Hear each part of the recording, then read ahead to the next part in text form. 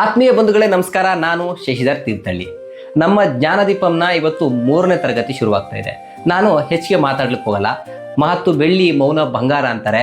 ಹಾಗೆ ನಾನೇನು ತುಂಬ ಹೇಳಲಿಕ್ಕೆ ಹೋಗಲ್ಲ. ಸಾಕಷ್ಟು ವಿಚಾರಗಳನ್ನ ಮಕ್ಕಳಿಗೆ ತಿಳಿಸ್ತಾ ಹೋಗ್ತೇನೆ.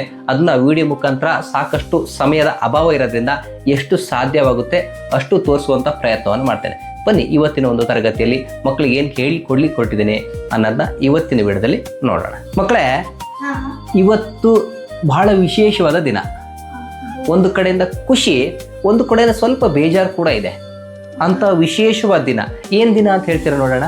ಕಾರ್ಗಿಲ್ ವಿಜಯ ದಿವಸ್. ಇವತ್ತು ಕಾರ್ಗಿಲ್ ವಿಜಯ ದಿವಸ್.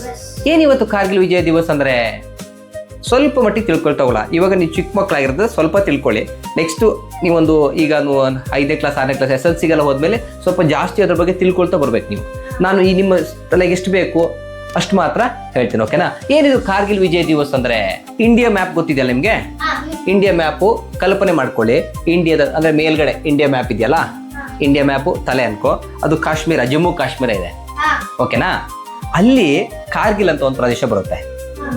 ಅಲ್ಲಿ ಒಂದು ಕಾರ್ಗಿಲ್ ಅಂತ ಪ್ರದೇಶ ಬರುತ್ತೆ. 1999ರಲ್ಲಿ ಏನಾಗುತ್ತಂತಂದ್ರೆ ಪಾಕಿಸ್ತಾನ, ನಮ್ಮ ಎದುರಾಳಿ ಪಾಕಿಸ್ತಾನ ಸೇನೆ ಮತ್ತು ಅದಕ್ಕೆ ಬೆಂಬಲ ಮಾಡುವಂತಹ ಉಗ್ರಗಾಮಿಗಳು ನಮ್ಮ ದೇಶದ ಮೇಲೆ ದಾಳಿ ಮಾಡ್ತಾರೆ. ಕಾರ್ಗಿಲ್ ಹತ್ರ ಬರ್ತಾರೆ. ಅಂದ್ರೆ ಅವ್ರು ಯಾವ ರೀತಿ ಬರ್ತಾರೆ ಅಂದ್ರೆ ಅಲ್ಲಿನ ಸ್ಥಳೀಯರ ತರ ಬರ್ತಾರೆ. ಅಂದ್ರೆ ವೇಷವನ್ನ ಮರೆಸ್ಕೊಂಡು, ವೇಷವನ್ನ ಮಾರು ಹಾಕೊಂಡು, ಹಾಗೆ ಕುರಿ ಕಾಯುವ ರೀತಿನಲ್ಲಿ ಮಾರು ವೇಷದಲ್ಲಿ ಬಂದು ನಮ್ಮ ದೇಶಕ್ಕೆ ಒಳಗಡೆ ಬರ್ತಾರೆ. ಮಾಡಿ ಅಲ್ಲಿ ಆಕ್ರಮಣ ಮಾಡ್ಕೊಂಡ್ಬಿಡ್ತಾರೆ ಆ ಒಂದು ಜಾಗವನ್ನ. ಯಾರು? ಪಾಕಿಸ್ತಾನದವರು ಆಕ್ರಮಣ ಮಾಡ್ಕೊಡ್ತಾರೆ. ನಮ್ಮ ದೇಶದ ತಲೆ ಮೇಲೆ ಬರುತ್ತೆ, ಅಂದ್ರೆ ಉತ್ತರ ಭಾಗ ನಮ್ಮ ದೇಶದ ತಲೆ ಮೇಲೆ ಬರುತ್ತೆ. ಕಾಶ್ಮೀರ ಇದೆಯಲ್ಲ, ಉತ್ತರ ಭಾಗದಲ್ಲಿ ಆಕ್ರಮಣ ಮಾಡ್ಕೊಳ್ತಾರೆ. ಅದಾದ್ಮೇಲೆ ಏನ್ ಮಾಡ್ತಾರೆ, ನಮ್ಮ ಇಂಡಿಯಾದವರು, ನಮ್ಮ ಭಾರತದವರು ಸೈನಿಕರು ಇದ್ರಲ್ಲ, ಅವ್ರು ಯಾರು ಸುಮ್ಮನೆ ಇರಲಿಲ್ಲ. ಅವರು ವೀರರು, ಶೂರರು. ಅವರು ನಮ್ಮ ಸೈನಿಕರು ಕೂಡ ನಮ್ಮ ವೀರರು. ಅವ್ರು ನಮ್ಮವರೇನು ಕಡಿಮೆ ಇಲ್ಲ. ಅವ್ರ ಮೇಲೆ ಯುದ್ಧ ಸಾರ್ತಾರೆ. ಆ ಸಂದರ್ಭದಲ್ಲಿ ನಮ್ಮ ಜಾಗಕ್ಕೆ ಬಂದಿರ್ತಾರಲ್ವಾ, ಯಾಕೆ ಬಿಡ್ಬೇಕು ನಾವು? ಅವ್ರ ಮೇಲೆ ಯುದ್ಧ ಸಾರ್ತಾರೆ. ಅಂತ ಒಂದು ಸಂದರ್ಭದಲ್ಲಿ, ಯುದ್ಧ ಮಾಡಿದ ಸಂದರ್ಭದಲ್ಲಿ ನಮ್ಮ ಭಾರತೀಯ ಯೋಧರು 527 ಜನ ಸಾವನ್ನಪ್ತಾರೆ. ನಮ್ಮ ಸೈನಿಕರು 527 ಜನ ಸಾವನ್ನಪ್ತಾರೆ. ಆ ಸಾವನ್ನಪ್ಪಿದ ಆ ಸಂದರ್ಭ ಆದ್ರೂ ಕೂಡ ಆ ಯುದ್ಧವನ್ನ ಗೆಲ್ತಾರೆ, ವಿಜಯ ಸಾಧಿಸ್ತಾರೆ. ಆ ಬೆಟ್ಟವನ್ನ, ಅದು ಹೆಂಗಿರುತ್ತೆ ಗೊತ್ತಾ? ಬೆಟ್ಟ ತುಂಬಾ ಚಳಿ, ಕೊರೆಯುವಂತಹ ಚಳಿ, ಬೆಟ್ಟ ಗುಡ್ಡ ಎಲ್ಲ ಇದೆ. ಅಂತಹ ಬೆಟ್ಟದ ಮೇಲೆ ಹೋಗಿ ಆ ಸೈನಿಕರೆಲ್ಲ ಸಾಯಿಸಿ ನಮ್ಮವರು 527 ಜನ ಹುತಾತ್ಮರಾಗ್ತಾರೆ. ನಮ್ಮ ಸೈನಿಕರು, ನಮ್ಮ ಭಾರತದ ಸೈನಿಕರು 527 ಜನ ಹುತಾತ್ಮರಾಗ್ತಾರೆ. ಎಷ್ಟು ನೋವಿನ ಸಂಗತಿ ಅಲ್ವಾ? ಏನ್ ಮಾಡ್ತಾರೆ ಇನ್ನು ಮಿಕ್ತವ್ರು? ಏನ್ ಮಾಡ್ತಾರೆ, ಆ ಒಂದು ಪ್ರದೇಶದ ಮೇಲೆ, ಗುಡ್ಡದ ಮೇಲೆ ಹತ್ತಿ ನಮ್ಮ ಭಾರತದ ತಿರಂಗ ಧ್ವಜವನ್ನ ಇಟ್ಟು, ಕೇಸರಿ ಬಿಳಿ ಹೆಸರು ಏನು ತಿರಂಗ ಧ್ವಜ ಇದೆ, ಆ ಧ್ವಜವನ್ನ ಅಲ್ಲಿ ಇಟ್ಬಿಟ್ಟು ವಿಜಯ ದಿವಸ, ನಾವು ಗೆದ್ವಿ ಅಂತ ಒಂದು ಆಚರಣೆ ಮಾಡ್ತಾರೆ. ಒಂದ್ ಕಡೆಯಿಂದ 527 ಜನ ತೀರ್ಕೊಂಡಿದ್ದಾರೆ, ನೋವು. ಒಂದ್ ಕಡೆಯಿಂದ ವಿಜಯ ಸಾಧಿಸಿದ್ರು.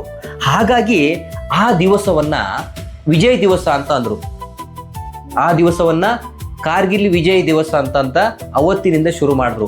ಒಂದ್ ಕಡೆಯಿಂದ 527 ಜನಕ್ಕೆ ಗೌರವಾರ್ಥವಾಗಿ, ಒಂದ್ ಕಡೆ ವಿಜಯ ಸಾಧಿಸೋಕ್ಕೋಸ್ಕರ ಆ ದಿನವನ್ನ ಕಾರ್ಗಿಲ್ ವಿಜಯ್ ದಿವಸ ಅಂತ ಹೇಳಿದ್ರು. ಜುಲೈ 26ನೇ ತಾರೀಕು ಅಂದ್ರೆ ಇವತ್ತಿನ ದಿವಸ. ಸುಮಾರು 25 ವರ್ಷಗಳ ಹಿಂದೆ ನಡೆದಿರುವಂಥದ್ದು. ಅಂದಿನಿಂದ ಕೂಡ ಈ ಒಂದು ಕಾರ್ಗಿಲ್ ವಿಜಯ್ ದಿವಸವನ್ನ ಆಚರಿಸ್ಕೊಂಡು ಬರ್ತಾ ಇದ್ದೀವಿ. ಇದರಿಂದ ನಾವೇನ್ ಮಾಡಬೇಕು?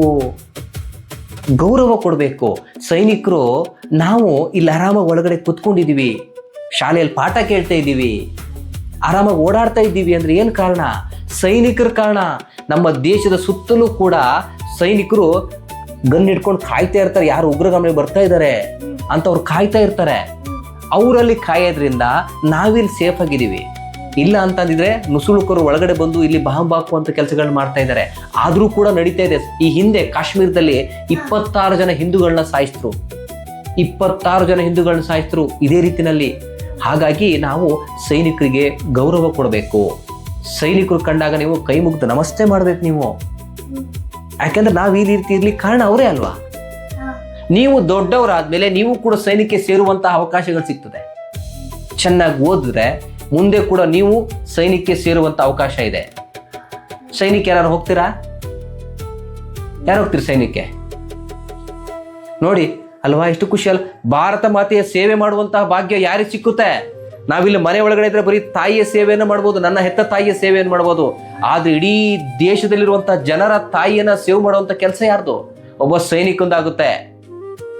ಸೈನ್ಯಕ್ಕೆ ಅವಕಾಶ ಸಿಕ್ಕಿದ್ರೆ ದೊಡ್ಡ ಆದ್ಮೇಲೆ ಯಾವುದೇ ಕಾರಣಕ್ಕೆ ಬಿಡಬೇಡಿ. ಅರ್ಥ ಆಯ್ತಾ? ಆದಿಶ ನೀನಾದ್ರೂ ಅಷ್ಟೇ, ಮಗ ನೀನಾದ್ರೂ ಅಷ್ಟೇನೆ. ಯಾವುದೇ ಕಾರಣಕ್ಕೂ ಅವಕಾಶ ಸಿಕ್ತು ಅಂತಂದ್ರೆ ಒಳ್ಳೆಯದು ಉಪಯೋಗಿಸು, ಒಳ್ಳೇದು ಪುಣ್ಯ ಕೆಲಸ. ಹಾಗಾಗಿ ನಾವು ಸೈನಿಕರಿಗೆ ನಾವು ನಮನವನ್ನು ಸಲ್ಲಿಸಬೇಕು. ಹಾಗಾಗಿ ಈ ದಿನವನ್ನು ನಾವು ಕಾರ್ಗಿಲ್ ವಿಜಯ ದಿವಸ ಅಂತ ಆಚರಿಸ್ತಾ ಇದ್ದೀವಿ. ಮಕ್ಕಳ, ಮೊನ್ನೆ 23ನೇ ತಾರೀಕು, ಇವತ್ತು 26 ಅಲ್ವಾ? 3 ದಿನಗಳ ಹಿಂದೆ ಇಬ್ಬರು ಜನ್ಮದಿನ ಇತ್ತು. ಅವರು ಕೂಡ ಸ್ವಾತಂತ್ರ್ಯಕ್ಕೆ ಹೋರಾಟ ಮಾಡಿ ವೀರ ಮರಣವನ್ನು ಹೊಂದಂತಹ ಸ್ವಾತಂತ್ರ್ಯ ಹೋರಾಟಗಾರರು ಇಬ್ರು. ಅವ್ರನ್ನೂ ಕೂಡ ನಾವು ನೆನೆಸ್ಕೋಬೇಕು. ಹೀಗೆ ನಾವು ಕಲ್ಕೊಳ್ತಾ ಹೋಗೋಣ. ಯಾರು ಗೊತ್ತಾ? ಬಾಲ ಗಂಗಾಧರನಾಥ್ ತಿಲಕರು ಗೊತ್ತಿದ್ಯಾ? ಕೇಳಿಲ್ವಾ ನೀವು? ಬಾಲ ಗಂಗಾಧರನಾಥ್ ತಿಲಕ್ ಅವರು, ಹಾ, ಅದ್ರ ಬಗ್ಗೆ ಒಂದು ಸ್ವಲ್ಪ ತಿಳ್ಕೊಳ್ತಾ ಹೋಗೋಣ ಮಕ್ಕಳ. ನೋಡಿ, ಇವರೇ ಬಾಲ ಗಂಗಾಧರನಾಥ್ ತಿಲಕ್ ಅವರು. ನೋಡು ಹೇಗಿದೆ ಅವರ ಮುಖದಲ್ಲಿ ಕಳೆ ನೋಡು. ಅವರ ಜನ್ಮದಿನ ಮೊನ್ನೆ 23ನೇ ತಾರೀಕು. ಅವ್ರ ಬಗ್ಗೆ ಸ್ವಲ್ಪ ತಿಳ್ಕೊಳ್ತಾ ಹೋಗೋಣ, ಓಕೆನಾ? ಇವರು ಸ್ವಾತಂತ್ರ್ಯ ಹೋರಾಟಗಾರರಲ್ಲಿ ಇವರು ಕೂಡ ಒಬ್ರು. 1856 ಅಂದ್ರೆ ನಮ್ಮ ಸ್ವಾತಂತ್ರ್ಯ ಸಿಕ್ತಲ್ಲ, ಅದಕ್ಕೆ ನಾವು 100 ವರ್ಷಗಳ ಹಿಂದೆ 1856ರಲ್ಲಿ ಜುಲೈ 23 ಅಂದ್ರೆ ಇದೇ ತಿಂಗಳ 23ನೇ ತಾರೀಕು ಮಹಾರಾಷ್ಟ್ರ, ನಮ್ಮ ಕರ್ನಾಟಕದ ಮೇಲ್ಭಾಗದಲ್ಲಿ ಬರುತ್ತೆ ಮಹಾರಾಷ್ಟ್ರ. ಅದ್ರ ಮುಂದಿನ ದಿನಗಳಲ್ಲಿ ನಿಮ್ಗೆ ತೋರಿಸ್ತಾ ಹೋಗ್ತೀನಿ ಎಲ್ಲೆಲ್ಲಿ ಯಾವ್ಯಾವ್ದು ಬರುತ್ತೆ ಅಂತ. ನಾವು ಇನ್ನೇನು 2 ತಿಂಗಳಲ್ಲಿ ಗಣೇಶನ ಹಬ್ಬ ಬರ್ತಾ ಇದೆ ಅಲ್ವಾ? ಇನ್ನೇನು 2 ತಿಂಗಳಲ್ಲಿ ಗಣೇಶನ ಹಬ್ಬ. ಗಣೇಶನ ಹಬ್ಬ ಅಂದ್ರೆ ಯಾರಿಗೆ ಖುಷಿ ಇಲ್ಲ? ಮತ್ತೆ ಅದೇ ಹೇಳಿದ್, ಯಾರಿಗೆ ಖುಷಿ ಇಲ್ಲ? ಪಟಾಕಿ ಹೊಡಿತೀವಿ, ಕುಣಿತೀವಿ, ನಾವು ವಿಜೃಂಭಣೆಯಿಂದ ಆಚರಣೆ ಮಾಡ್ತೀವಿ. ಇದಕ್ಕೆಲ್ಲ ಕಾರಣ ಯಾರು? ಬಾಲ ಗಂಗಾಧರನಾಥ್ ತಿಲಕ್ ಅವರು. ಲೋಕಮಾನ್ಯ ಬಾಲ ಗಂಗಾಧರನಾಥ್ ತಿಲಕ್ ಅವರೇ ಕಾರಣ. ಅವ್ರನ್ನ ನಾವೇನ್ ಮಾಡ್ತೀವಿ? ಹಬ್ಬದ ದಿನ ಅವರ ಒಂದು ಫೋಟೋವನ್ನು ಇಟ್ಟರು ತಪ್ಪಿಲ್ಲ ಗಣೇಶನ ಪಕ್ಕದಲ್ಲಿ. ಹಾಗೆ ಗಣೇಶನ ಹಬ್ಬದ ದಿನ ನೀವು ಹೋದಾಗ ಯಾರಿಗಾರು ಹೇಳ್ಬೋದು, ನಾವೆಲ್ಲ ಈ ರೀತಿ ಗಣೇಶನ ಹಬ್ಬನ ಆಚರಿಸ್ಲಿಕ್ಕೆ ಕಾರಣ ಬಾಲ ಗಂಗಾಧರನಾಥ್ ತಿಲಕ್ ಅವರು. ಅವರೆಲ್ಲ ನಾವು ಈ ಒಂದು ಕ್ಷಣದಲ್ಲೇ ನೆನೆಸ್ಕೊಳ್ಳೋಣ, 1-2 ವಿಚಾರನ ಹಂಚ್ಕೊಳ್ಳೋಣ.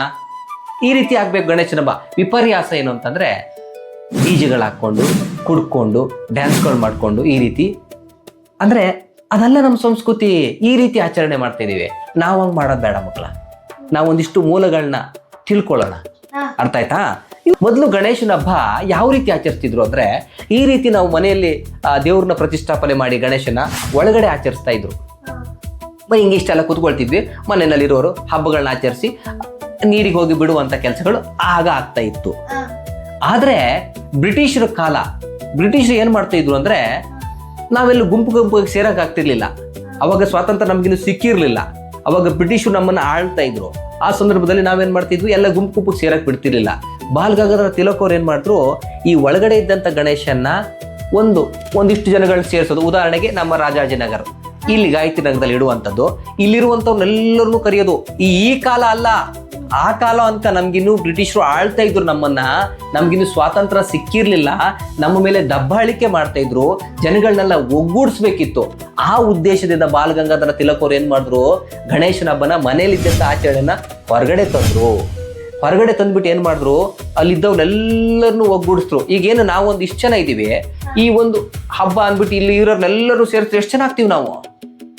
ಸಾಕಷ್ಟು ಜನಗಳಾಗ್ತೀರಿ ಅಲ್ಲ, ಸಾವಿರಾರು ಜನ ಆಗ್ತೀರಿ. ಅಲ್ಲಿ ಕರಪತ್ರಗಳನ್ನ ಹಂಚ್ಬಿಟ್ಟು ಎಲ್ಲರೂ ಒಗ್ಗೂಡ್ಬೇಕು. ನಮ್ಮ ದೇಶಕ್ಕೆ ಸ್ವಾತಂತ್ರ್ಯವನ್ನು ಗಳಿಸ್ಕೊಡೋಣ. ಬ್ರಿಟಿಷರು ಹೇಗಾದ್ರೂ ಮಾಡಿಸಿ ಇಲ್ಲಿಂದ ಓಡಿಸ್ಬಿಡೋಣ ಬ್ರಿಟಿಷರ್ನ. ಈ ರೀತಿಯಾಗಿ ಜನಗಳನ್ನ ಒಗ್ಗೂಡ್ಲಿಕ್ಕೋಸ್ಕರ ಮಾಡಿದಂಥ ಹಬ್ಬನೇ ಗಣೇಶನ ಹಬ್ಬ. ಅರ್ಥ ಆಯ್ತಾ? ಮನೆ ಒಳಗಡೆ ಇದ್ದಂಥ ಗಣೇಶನ್ನ ಬೀದಿನಲ್ಲಿ ತಗೊಂಡೋಗಿ ಅಲ್ಲಿ ವಿಜೃಂಭಣೆಯಿಂದ ಆಚರಿಸಿ ಜನಗಳನ್ನೆಲ್ಲ ಒಗ್ಗೂಡಿಸಿ ದೇಶದ ಬಗ್ಗೆ ಹೆಮ್ಮೆಯಿಂದ ಹೇಳಿ ಬ್ರಿಟಿಷರ್ನ ಓಡಿಸ್ಬೇಕು ಅಂತ ಹೇಳಿ ಮಾಡಿದಂತಹ ಹಬ್ಬ ಗಣೇಶನ ಹಬ್ಬ. ವಿಪರ್ಯಾಸ ಏನಾಗಿದೆ? ಇಲ್ಲೊಂದು ಗಣೇಶನ ಇಡ್ತಾರೆ, ಪಕ್ಕದಲ್ಲಿ ಇಲ್ಲೊಂದು ಗಣೇಶನ ಇಡ್ತಾರೆ, ನಾನು ಇಡಬೇಕು ನೀನು ಇಡ್ಬೇಕಂತ ಅಲ್ಲಿಂದೊಂದು ಗಣೇಶನ ಇಡ್ತಾರೆ. ಜನ ಡಿವೈಡ್ ಆಗ್ತಾರೆ. ಒಗ್ಗಟ್ಟನ್ನದೇ ಇಲ್ಲ. ಇಡೀ ಏರಿಯಾಗೆ ಒಂದೇ ಒಂದು ಗಣೇಶ ಆದ್ರೆ ಎಷ್ಟು ಚೆನ್ನಾಗಿರುತ್ತೆ. ಎಲ್ಲರೂ ಕುಣಿತೀವಿ, ಎಲ್ಲರೂ ಹಬ್ಬದಂದ್ರೆ ವಿಜೃಂಭಣೆಯಿಂದ ಹಬ್ಬವನ್ನು ಆಚರಿಸ್ಕೊಂಡ್ರೆ ಎಷ್ಟು ಚೆನ್ನಾಗಿರುತ್ತಲ್ವಾ? ಈ ರೀತಿ ಆಗ್ಬೇಕು ಮುಂದಿನ ದಿನಗಳಲ್ಲಿ. ನೀನೊಂದು ತಗ, ನಾನೊಂದು ತಗ, ಇವನೊಂದು ತಗ, ನೀನು ಲೀಡರ್ ಆಗು, ನಾನು ಲೀಡರ್ ಆಗು. ಏನು ಪ್ರಯೋಜನ? ಒಗ್ಗಟ್ಟಿಲ್ವೋಯ್ತು. ಇವತ್ತು ಬ್ರಿಟಿಷರು ಬಂದ್ರು, ನಾಳೆ ಮತ್ತೊಬ್ರು ಬರ್ತಾರೆ. ಬಹಳ ಸಮಯ ಏನಿಲ್ಲ, ಇನ್ನೊಬ್ರು ಬಂದು ಆಕ್ರಮಣ ಮಾಡ್ತಾರೆ. ನಿಮ್ಮನೇಲಿ ನಾವು ಅವಾಗ ಸ್ಟ್ರಾಂಗ್ ಆಗಿದ್ರೆ ಏನ್ ಮಾಡ್ತಾರೆ? ವಾಪಸ್ ಕಳಿಸ್ಬಿಡ್ತೀವಿ ನಾವು. ನೀನು ವೀಕ್ ಆಗಿದ್ರೆ ಏನ್ ಮಾಡ್ತಾರೆ? ಅಟ್ಯಾಕ್ ಮಾಡ್ತಾರೆ. ಬ್ರಿಟಿಷ್ 200 ವರ್ಷ ಕಳೆದ್ರು, ಮತ್ತೆ ಇನ್ಯಾರೋ ಬಂದು ಅಟ್ಯಾಕ್ ಮಾಡ್ತಾರೆ ನಮ್ಮಲ್ಲಿ ವೀಕ್ ಆಗಿದ್ರೆ ಅಲ್ವಾ?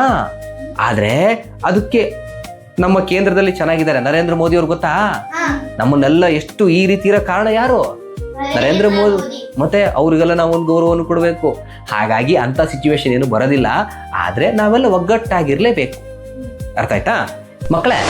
ಅವತ್ತಿನ ದಿನನೇ ಇನ್ನೊಬ್ರು ಜನ್ಮದಿನ ಇದೆ. ಈ ವ್ಯಕ್ತಿ ಏನ್ ಕಮ್ಮಿ ಇರ್ಲಿಲ್ಲ ಮಕ್ಕಳೇ, ಈ ವ್ಯಕ್ತಿ ಏನ್ ಕಡಿಮೆ ಇರ್ಲಿಲ್ಲ. ನಾನು ಹೇಳುವಂತಹ ವ್ಯಕ್ತಿ ಚಂದ್ರಶೇಖರ್ ಆಜಾದ್.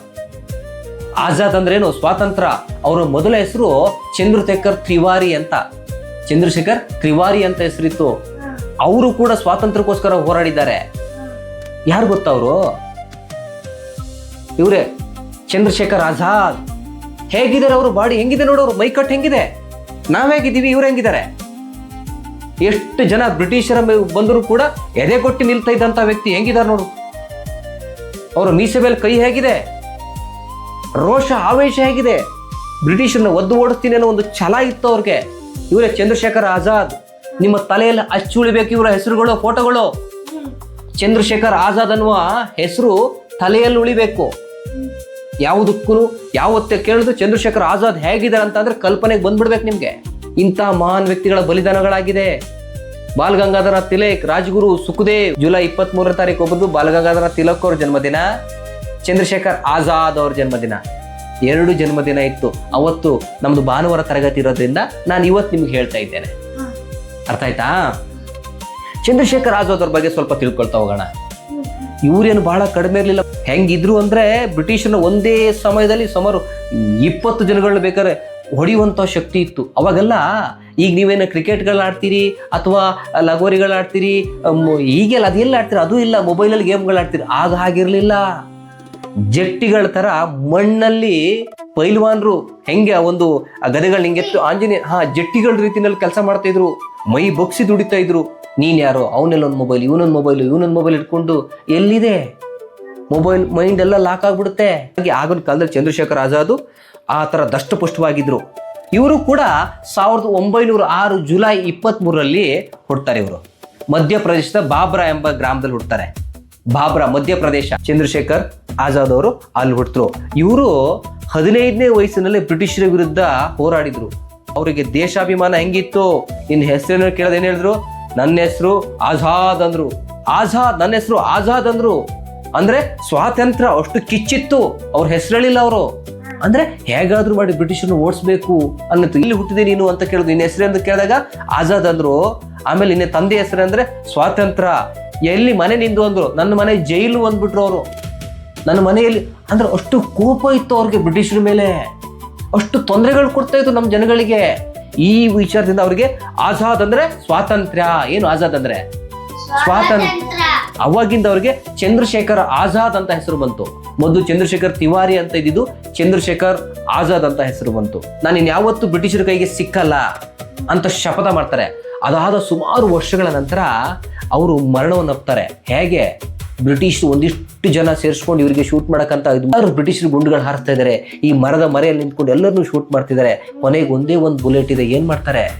ಅವ್ರ ಶಪಥವನ್ನು ಉಳಿಸ್ಕೊಳ್ಬೇಕಲ್ಲ, ಆ ಒಂದು ಗನ್ನನ್ನು ತಗೊಂಡು ಅವರೇ ಶೂಟ್ ಮಾಡ್ಕೊಂಡು ಸತ್ತೋಗ್ಬಿಡ್ತಾರೆ. ಹೀಗೆ ವೀರ ಮರಣ ಹೊಂದವರು ಚಂದ್ರಶೇಖರ್ ಆಜಾದ್. ಅವ್ರಿಗೆ ನಾವು ಅವ್ರನ್ನೆಲ್ಲ ನೆನೆಸ್ಕೊಬೇಕು. ಆ ವ್ಯಕ್ತಿ ಅವಾಗೆಲ್ಲ ಹೋರಾಟ ಮಾಡಿದ್ಕೆ ನಮ್ಗೆ ಈ ಒಂದು ಸ್ವಾತಂತ್ರ್ಯ ಸಿಕ್ಕಿ ನಾವೀಗ ಆರಾಮಾಗಿ ಇಲ್ಲಿ ಕಾರಣ. ಮಕ್ಕಳ, ನಮ್ಗೆ ಇಂಥವ್ರು ನಾವು ಫಾಲೋವರ್ಸ್ ಮಾಡಬೇಕು. ನಮ್ಗೆ ಚಲನಚಿತ್ರ ನಟರದ್ರು ನಮ್ಗೆ ಬೇಕಾಗಿಲ್ಲ ಫಾಲೋವರ್ಸು. ಇಂಥವ್ರ ಬಗ್ಗೆ ನಾವು ತಿಳ್ಕೊಬೇಕು. ಸ್ವಾಮಿ ವಿವೇಕಾನಂದರ ಬಗ್ಗೆ ತಿಳ್ಕೊಬೇಕು. ಅಬ್ದುಲ್ ಕಲಾಂ ಅವ್ರ ಬಗ್ಗೆ ನಾವು ತಿಳ್ಕೊಬೇಕು. ಸಂತ ಶಿಶುನಾಳ ಶರೀಫ್ ಅವ್ರ ಬಗ್ಗೆ ತಿಳ್ಕೊಬೇಕು. ಭಕ್ತ ಕನಕದಾಸರ ಬಗ್ಗೆ ತಿಳ್ಕೊಬೇಕು. ಪುರಂದರದಾಸರ ಬಗ್ಗೆ ತಿಳ್ಕೊಬೇಕು. ಎಷ್ಟು ಯುವ ಪೀಳಿಗೆ ಆ ಕಡೆ ಹೋಗ್ತಾ ಇದೆ ಮಕ್ಳುಗಳಿಗೆಲ್ಲ. ಮೋಟು ಪತ್ಲು ಗೊತ್ತು ಅಲ್ವಾ? ಕ್ರಿಕೆಟ್ ಸಚಿನ್ ತೆಂಡೂಲ್ಕರ್ ಗೊತ್ತು. ರಾಮಾಯಣ ಗೊತ್ತಿದೆಯಾ ಅಂದ್ರೆ ಗೊತ್ತಿಲ್ಲ ಅಂತಾರೆ. ಮಹಾಭಾರತ ಗೊತ್ತಿದೆಯಾ ಗೊತ್ತಿಲ್ಲ ಅಂತಿದ್ದಾರೆ ಮಕ್ಕಳುಗಳು. ಈಗ ನಾವಿವತ್ತು 2 ಜನ್ಮದಿನಗಳನ್ನ ತಿಳ್ಕೊಂಡು ಚಂದ್ರಶೇಖರ್ ಆಜಾದ್ ಹಾಗೆ ಬಾಲ ಗಂಗಾಧರನಾಥ್ ತಿಲಕ್ ಅವ್ರ ಬಗ್ಗೆ ತಿಳ್ಕೊಂಡ್ವಿ. ಬಾಯಿ ಬಿಡ್ಬೇಕು ನೀನು. ಬಾಯಿಲಿ ಎಷ್ಟು ಉಚ್ಚಾರಣೆಗಳು ಬರ್ತಾ ಇರುತ್ತೋ ಅಷ್ಟು ನಿನ್ಗೆ ಹೇಳ್ತಿರ್ತದೆ. ಯಾವ ತಿಳ್ಕೊಂಡ್ವಿ ನಾವಿವತ್ತು? ಚಂದ್ರಶೇಖರ್ ಆಜಾದ್ ಹಾಗೆ ಬಾಲ ತಿಲಕ್ ಅವ್ರ ಬಗ್ಗೆ ತಿಳ್ಕೊಂಡ್ವಿ. ಇನ್ನೇನು ಹೊತ್ತದಲ್ಲಿ ಗುರು ಪೂರ್ಣಿಮೆ ಹೊತ್ತ ಇರೋದ್ರಿಂದ ಗುರು ಶಿಷ್ಯರ ಪರಂಪರೆ ಬಗ್ಗೆ ತಿಳ್ಕೊತಾ ಹೋಗೋಣ. ರಾಮನ ಗುರು ಯಾರು? ವಸಿಷ್ಠ ಮಹರ್ಷಿಗಳು ರಾಮನ ಗುರುಗಳು. ಹಾಗೆ ಕೃಷ್ಣನ ಗುರು ಯಾರು? ಅಲ್ಲ, ಸಾಂದೀಪನಿ ಮಹರ್ಷಿಗಳು. ಕೃಷ್ಣ ಚಿಕ್ಕೋನಿರ್ಬೇಕಾದ್ರೆ ಕೃಷ್ಣ ಮತ್ತೆ ಕುಚೇಲರು ಸಾಂದೀಪನಿ ಗುರುಗಳ ಹತ್ರ ಹೋಗಿ ಕಲಿತಾರೆ. ಕೃಷ್ಣ ದೇವ್ರಲ್ವಾ, ಆದ್ರೂ ಕೂಡ ಒಂದು ಗುರುವಿನ ಹತ್ರ ಹೋಗಿ ಕಲ್ತರು. ಪ್ರತಿಯೊಬ್ಬರಿಗೂ ಕೂಡ ಗುರುವಿನ ಅವಶ್ಯಕತೆ ಇದೆ. ಅವರು ಕೃಷ್ಣ ಪರಮಾತ್ಮ ದೇವ್ರಲ್ವಾ, ಅವನಿಗೆಲ್ಲ ಇತ್ತು ತಲೆಯಲ್ಲಿ ತಾನೆ, ಆದ್ರೂ ಹೋಗಿ ಗುರುಗಳ ಹತ್ರ ಕಲ್ತರು. ಹಾಗಾಗಿ ರಾಮನ ಗುರುಗಳು ವಸಿಷ್ಠರು, ಕೃಷ್ಣನ ಗುರುಗಳು ಸಾಂದೀಪನಿ ಮಹರ್ಷಿಗಳು. ಯಾರು? ಜ್ಞಾನದೀಪಂನ 3ನೇ ತರಗತಿಯು ಸಂಪೂರ್ಣಗೊಂಡಿದೆ. ಮುಂದಿನ ತರಗತಿಯಲ್ಲಿ ಮತ್ತೆ ಭೇಟಿಯಾಗೋಣ. ಎಲ್ಲರಿಗೂ ಧನ್ಯವಾದಗಳು. ಜೈ ಶ್ರೀರಾಮ್. ವಂದೇ ಮಾತರಂ.